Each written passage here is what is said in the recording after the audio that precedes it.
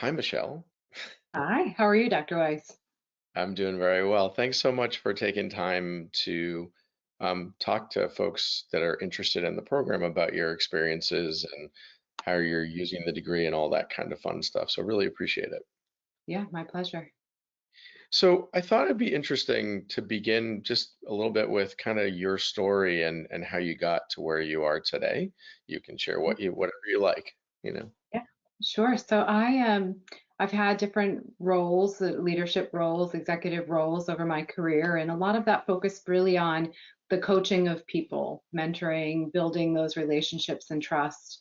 And one of the things that's always been on my bucket list is to complete my master's degree. So I've started and stopped an MBA program 3 times. Each time, either it wasn't the right fit, or in one particular instance, I had a toddler, which was a bad idea. But really, as I progressed in life, I thought, I really do want to complete that master's degree, but an MBA just really wasn't what I was looking for. I knew how to read a balance sheet. I know how to look at a P&L. Do I really want to take classes on that? And that wasn't what I wanted. What I was really looking for was something that was going to give me some kind of a life impacting change. And that's how I came across the Master's in Organizational Leadership and Negotiation. I really thought that the academic grounding with my experience as a leader would really help to round me out um, in life as well as in my education. Mm. So was it more that you were sort of looking for the relational skills aspect of all of this that perhaps the MBA wasn't quite fulfilling? Is that how would you characterize that? Is that right?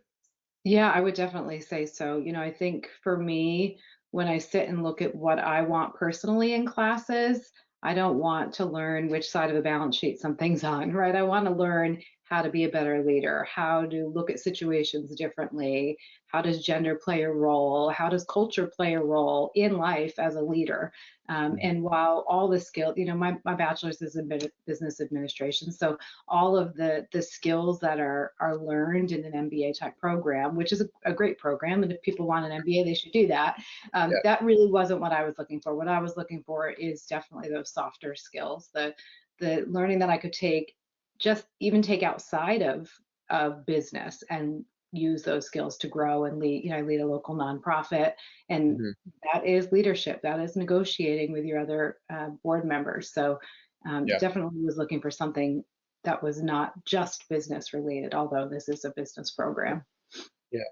I wonder, can you talk maybe a little bit about this intersection of leadership and negotiation? I think a lot of people, when they come into the program, they're pretty clear on the leadership dimension, but I think they sort of come away understanding a bit more about negotiation and what kind of a role it plays. So can you talk about that, the intersection between the two?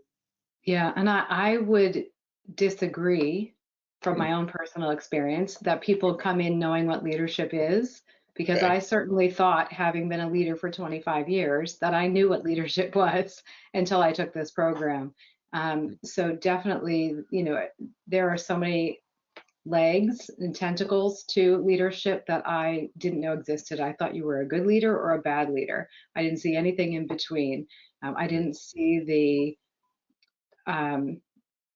various components to it, the mending of the personalities, the understanding of the other person's interests, all of those components to leadership.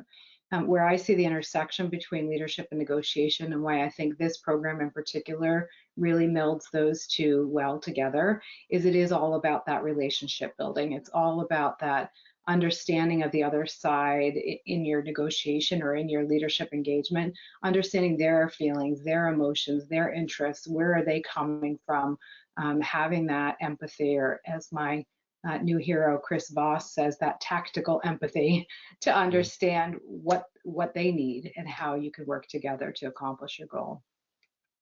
Got it. Okay. Let me ask you something about expectations. So when you came into the Mhm. program, I think anytime we do anything in life, we have sort of expectations about Yeah. what this experience is going to be like. So tell me, did it meet those expectations in some ways? Did it fail to do so in other ways? Did it exceed your expectations? Just in one sense, sort of give me a bit of a picture of that for you. Yeah, I would say it definitely exceeded my expectations and was completely not what I thought it would be, in a good way. So, I came in thinking, having had years of undergraduate experience, especially in an online program, I came in thinking it was going to be self-focused. Log in, you do your assignments, you do your discussion posts. What I came away from was um, a complete understanding of who I am as a leader and a negotiator, which I really wasn't expecting. In leadership surveys and organizations, they do sometimes I call it a 360 survey, right? And I've always gotten great feedback from my employees. Oh, Michelle's great. We love working with her. But what I didn't understand is the various levels of leadership, or how you can be a certain type of leader. What are the biases that I didn't even know existed? What are the triggers that are out there? What are my leadership habits? Why do I always rush through a negotiation? Why do I always rush as a leader? So, really the in-depth analysis of myself Hmm. was something I completely did not expect to go through and come out of in this program. And so, from that perspective, in a really good way, it exceeded my expectations. I often say to students, you can go through this program looking externally and reading theories and things like that. But I think you get the most out of it when you're really willing to turn the mirror on yourself and say, how do Mhm. I grow? What do I do well? Because it's not just about your weaknesses, right? It's also about what are the strengths that you have that you can build on. Yeah. And I think you just, you mentioned that. And would you say that it's not necessarily an easy journey, in some regard? It's not an easy journey. Separating the learning from the work effort that goes into it, from a learning perspective, it's not always easy to shine that light on yourself and call out all the Mhm. shiny spots that need attention, or the things that you thought you were really, really good at, and then you take various assessments and they all say, no, you're not really so great at that, right? So it's that self-awareness that perhaps you didn't have, or you really missed the mark on. Yeah. For me, I was really fortunate to have kind of a similar cohort of classmates throughout my entire program. Mhm. And so there were about three or four of us who took every single class together, but one of um, my classmates and I really clicked. And it's funny because she's about 20 years my junior, but we really became very great friends, and confide in each other offline and over text, and coach each other. And so it was Mhm. really cool to do this program with her and to meet her in this, because we understood each other as we went through, and we saw those shiny spots that needed attention, and could have that trust in each other to share those. Hey, I saw how you responded to that, and Mhm. just don't forget, your area of focus here is this. It was really nice to have that relationship, and have that person who I'll have now as a lifelong friend. Yeah. It is interesting because I think one of the things that I had heard, I mean, I've been teaching online for a long time, and I think when I developed the program, I think one of the biggest concerns was people feeling like they're off in cyberspace on their own, and that they had to sort of, learning to be an effective leader and negotiator is the kind of thing that I think you need good feedback and you need colleagues to kind of bounce ideas off of and things along those lines. And so my hope was that the cohort model would be something that beyond, the faculty and others would be a really good um, element to this program. And it sounds like it did that for you. It definitely did. And the nice thing about having some of the same classmates across the programs is, as you pick up a new topic to learn, um, you remember the stories that your classmates told in the last class. So you can say, hey, Carol, when you told that story the last class we were in about XYZ, look at it from this lens now with this new learning that we've got. And how do you think you might have done something differently? And it really kept the engagement. I think, the professors do an amazing job with their sync sessions. Maybe we'll Mhm. get into a little bit about that too, but that really helped to solidify the classes, I think, and having that face-to-face interaction. Yeah, so while we're on that subject, tell us a little bit about the synchronous sessions, and they are for folks listening in, they are optional, Mhm. but I think my experience is generally that the students who engage with those sessions and come weekly really get the most out of the program. But tell me from your point of view, your perspective.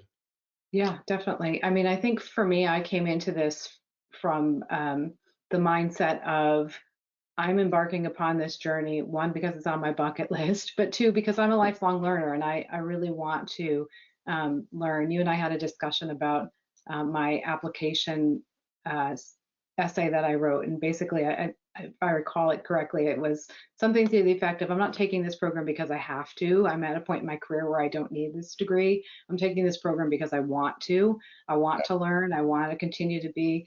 My husband calls me a perpetual learner. um, but I lost my complete train of thought. But can you ask me your question again? Oh, the sync sessions. Yeah. I think for me, I came into this saying I want to get as much out of this as I can. And my company had a tuition reimbursement program. It required you to get an A to be fully reimbursed, and so that was my goal. I was going to give it my all. I was going to get that A, get my 100% reimbursement. But really, I gave it my all not for financial gain, but because I wanted to learn and I wanted to be engaged. And those things, the nice thing about the synchronous sessions is they're not mandatory, as you said. So sometimes when you're a working parent, life takes you in a different direction and you can't be there. But I got Yeah. so much value out of being there because we had the opportunity to talk through live examples. Hey, this happened to me at work today. I was thinking about our reading. Can Mhm. somebody give me some coaching and feedback? How would you have done it differently? Where do you see my blind spots? So it really is that collaborative experience that you would see in a physical classroom Mhm. online. And I think that really went a long way in building relationships in the program. That's great. Um, Let me ask you, sort of come full circle forward here. Can you talk a little bit about how you're using what you've learned in the degree and maybe share an example of that? Yeah, I mean, I use it almost every day, particularly with my teenager. Mm. It's funny, you come into this thinking, "Oh, I don't really do negotiation. I'm not a mediator, or I don't, do these kinds of things." And then as you learn about negotiation, you're like, "Oh, I really do use this every single day." Yeah. But for me, I had many roles in a leadership role, and now I'm in a sales role.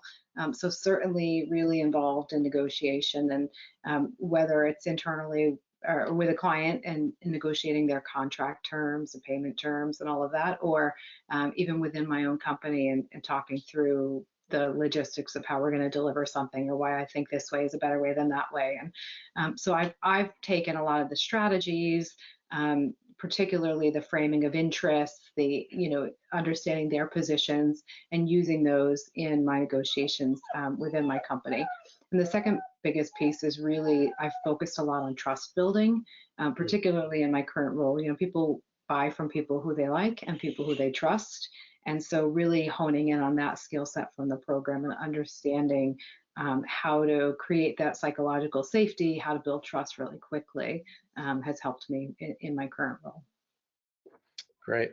So I'm going to ask you one more question. Then I know Sam's got some questions from folks who are listening in. So let me just, I guess, ask you this question, which is, what advice would you have for people who are considering enrolling in the program?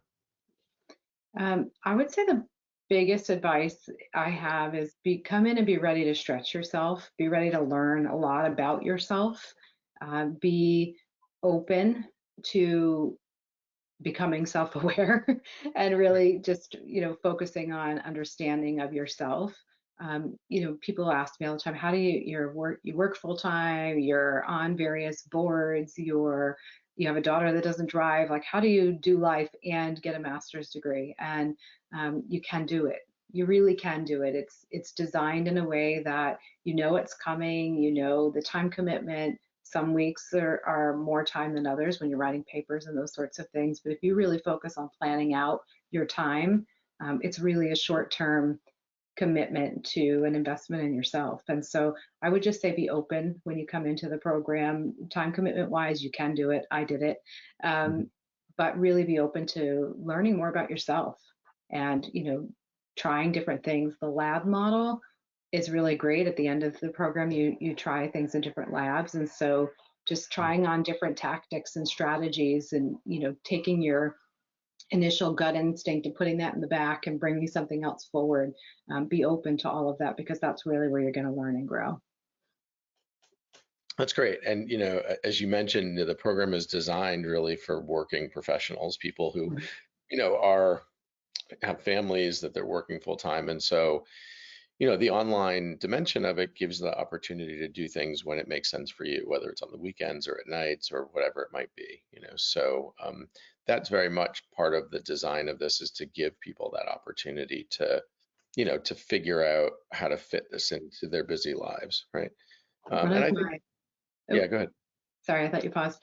One of my most broadly viewed LinkedIn posts from last year is a picture of me in the dark, sitting in my car with a negotiation book open, reading my homework while my daughter's playing field hockey practice out on the field. And I posted it under the guise of, working parent who's going to grad school and work-life balance kind of a thing. And Mhm. that was one of my most widely engaged in posts. And I think people can relate to that, right? They want to make this time an investment in themselves, and but life is busy. And as Yeah. Dr. Johnson says all the time, life is lifing. Life is Uh-huh. lifing today. Yeah. Um, that's great. So I very much appreciate that. Let me just ask you one last thing, which is, we talk a lot about the importance of authenticity in the program and kind of being yourself as a leader, because I think in the end, when the what hits the fan, we are who we are. And so Mhm. can you say a word about that, and sort of, what kind of an impact that approach has on a student? Yeah, I think, in the program, we certainly understand who we are and why we behave the way we do in certain leadership and negotiation situations. Um, what I've learned the most is I understand how I show up and what my gut instinct is when everything hits the fan. But now I have a whole toolbox of tips and strategies of how to pause, Mm, reflect, think about the other person instead of just myself. And so I think as a student, there's a ton of learning just in your initial biases, your initial reactions, and what that looks like. So I don't know if I answered your question completely, but good. And I just want to go back to one thing you said, before you came into the program, you kind of thought there were just good leaders and bad leaders. mhm. What what was one, can you think of one sort of real aha moment for you during the program where you thought, wow, this sort of changes everything for me, in terms of how I'm viewing this challenge and this kind of endeavor? Yeah, I think there were a few. First, I always saw negotiation as a win-lose. I wish I knew that like 2 years ago, or 5 years ago. But that was really eye-opening for me, that negotiation is a collaborative experience, and that when you can collaborate together with the other party, your outcomes are much better. Um, from a leadership perspective, I my big aha was probably my style and how Mm, I thought I showed up versus how I do show up. mm, And some of that came out in the labs, and some of it came out in the initial classes when we learned all the different types of leadership styles. I mm. read a description and I thought, oh, that's definitely me. And then I read the next description. I'm like, oh, that's definitely me. And the next one, I'm like, oh. So it's that melding of really understanding where I fall and what I aspire to be, right? And then Mm. what tools and tricks and strategies have I learned to get to where I aspire to be as a leader? Right, right. Great. Well, those really good answers. Thank you. Yeah. Sam, let me turn to you, and I know we've got some pretty common questions that we get about the program. And I think, obviously as the director, I can answer them, but it's much better to hear from somebody who's been through the program, and for people considering this to really, sort of hear Michelle's view. So maybe Sam, you can offer up a couple of those. Absolutely. And she actually was able to touch on a lot of them, just sharing, personal experience, whether it's with, fellow classmates or professors. But some of the questions that I get often is, what has your experience been like with faculty? Are they accessible and Mhm. supportive? Kind of like you said, you think online program, everybody thinks that they're out in cyberspace. And what I always like to tell prospective students is that, your faculty are real people. They absolutely, do exist and are absolutely there to help you. So, how did you feel your experience with faculty was throughout your time in the program? Yeah, I think they were. Amazing is the best way I can say. Such different people. So I really felt like I got such a broad scope of learning, right? So you have in the program and the professors that I had a CEO, a COO, an attorney for the government, a paralegal. I mean, really just run the gamut of professional experience and life experience, very diverse group of professors, so different life experiences, men and women, different, obviously, genders, different races. So I feel like that diversity of thought and diversity in the staff was really important to me. You know, Bay Path University has been a part of my family for many, many years. Both of my daughters are Bay Path students. One graduated from the Masters of OT program. The next one is in her senior year in the Medical Sciences program. She applied to the graduate PA program. Fingers crossed. She also applied to Yale, so really hope fingers crossed that she goes to Bay Path. But it's, you know, that component of accessibility. I have many of our professors give us your cell phone numbers. I texted one today, hey, let's connect, so that they're available. They're diverse in their thoughts and the way they teach. And I think for me, that was important, you know, to be able to learn from different professors in different ways, from different teaching styles who have different perspectives from life experience. But yes, always very responsive to emails. Again, most of them give their cell phone numbers. Call me if it's a problem. Call me if you have any emergency. And that's been really, really enjoyable in the program. Awesome. Thank you. Yeah. So I know you had chatted and you stated, you were able to make some connections with Mhm. fellow classmates. Did you find that you worked a lot in teams and cohorts often, or did you kind of just have that flexibility, kind of doing it on your own terms if you were interested in, connecting with classmates? It was a mix of both. You know, we did a lot of negotiation simulations, so you were paired up with other classmates. We had some courses where there were teams. Most of the work, I would probably say 75% to 80% of the work is individual work. You're online, you're having your discussion posts, you are, you know, communicating with your classmates through those discussion posts and asking each other questions, responding to each other's comments. But there are some team assignments, which I really enjoyed because you get to know each other both personally and your professional goals. And in some instances found that, you know, we work with each other through supplier relationships or you know, someone's in a really cool job that I've never heard of. And so it really does help to build that camaraderie. But for the most part, I would say most of the work is individual, but there are group components to it, which I really enjoyed. I think most of my classmates would say the same. Awesome. Thank you. Mhm. And one last question we have. I know you had chatted about, being a mom and having a full-time job and just balancing those many hats. Mhm. So how did you manage the workload with, other life and work responsibilities? Lots of coffee. You know, there were weeks where I found the workload to be really easy, right? It was a lot of reading, videos, articles, but the assignments were simple. They were just discussion posts in 1 week. So, you know, in 1 week, I could spend 4 to 5 hours just doing readings and articles and discussion posts.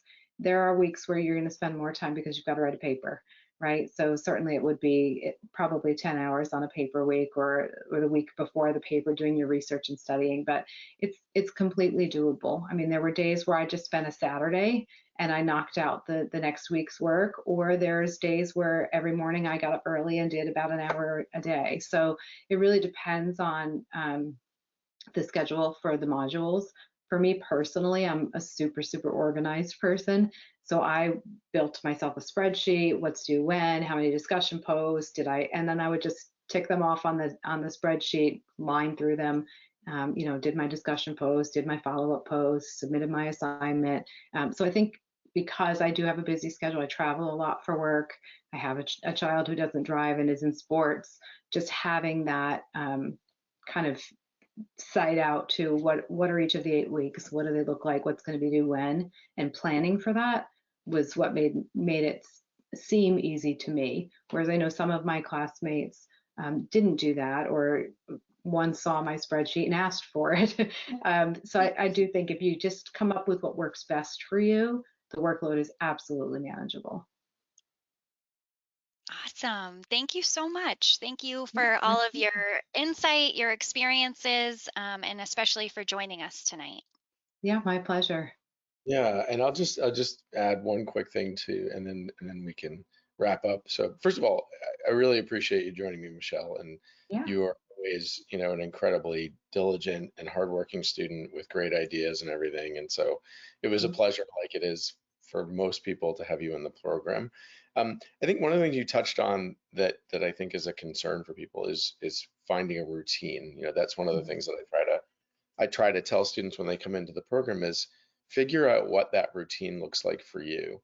And when you Mhm. do that, then it becomes integrated into kind of your day. And it's not something that's extra or additional, but it's something that you've planned for. And some people, when I was in graduate school, I would spend 10 minutes here and 20 minutes there and an hour there. And my wife was very different and needed, chunks of time to get work done. And so I think it's important to think about your learning style and how you go about all of this and coming up with a bit of a plan, because that plan gives people comfort, that they can manage things. And to your point, some classes are a little heavier than others. Um, but when you've got a system for doing this, it feels manageable. So For sure. Yeah, and I think, each person has their own nuances and what works for them. For me, I'm like your wife. I like to have the big chunks of time, but my husband works out every night. So that's when I do it. So I'm not taking away from family time. I'm doing it when, I would have been alone anyway. So it really is just planning it out and figuring what works best for you. yeah. Well, thank you so much, Michelle. I Yeah. really do appreciate you taking time out of your busy life, and you are a true Bay Path person through and through, and it's always lovely to have folks like you. So, and thank Thank you for all you did in the program. Your input, and I often say that yes, students of course learn from faculty, but you learn a lot from the other people in the program, and I always got that kind of feedback about you, that people were learning a tremendous amount from you as they were going through things. So always great to have a student who's got that kind of ability to almost be a teacher within. So thank you. Thank you. I appreciate it. And I couldn't have asked for a better experience. The skills that I've learned, the um, friends that I've made, it gave me an opportunity to show my daughters too that, it's never too late to go back and learn something new. And so, just so grateful to be a part of the Bay Path community. Kind of sad that my journey has ended. Don't discount that EDD program might be next for me, but you never know. You never know. But I appreciate it. I thank you so much for building this program because it just has brought such value to me as a student. Well, you are most welcome. So, all right, well, have a great rest of your evening. And like I said, this is going to go out far and wide. So thanks for doing it. Yeah, my pleasure. Thanks for the opportunity. All Thank right. you both and have a great night. You too. Bye.